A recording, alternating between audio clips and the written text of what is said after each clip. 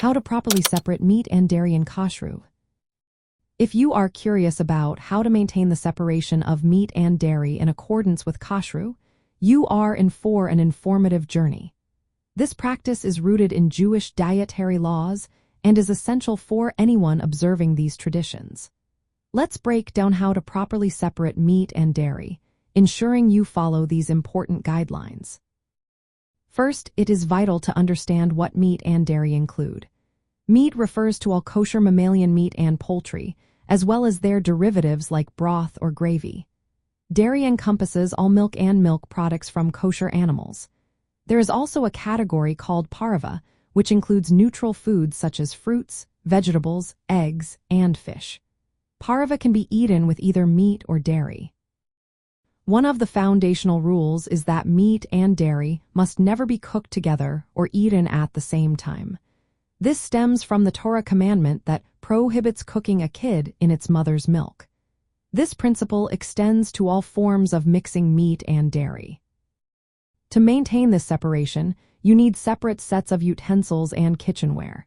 This means having distinct dishes, pots, pans, cutlery, and cooking utensils for meat and dairy.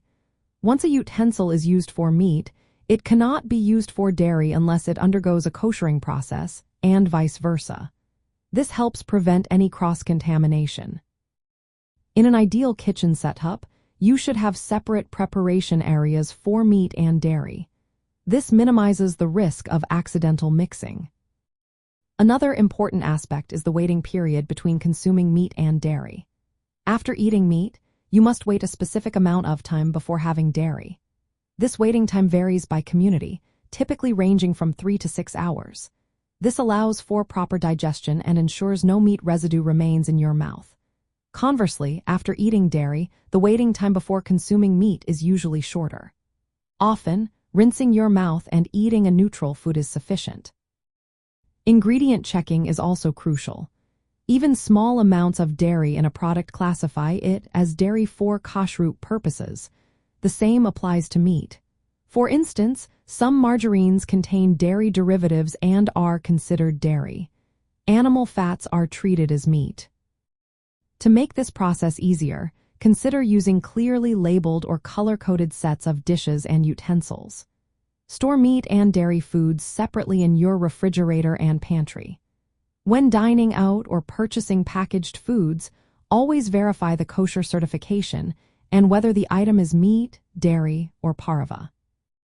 When cooking, ensure you clean or kosher utensils properly before switching between meat and dairy.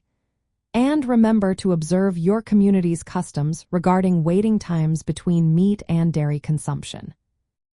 By following these guidelines, you can maintain the integrity of kashrut laws regarding meat and dairy separation, honoring the traditions and commandments that guide these practices.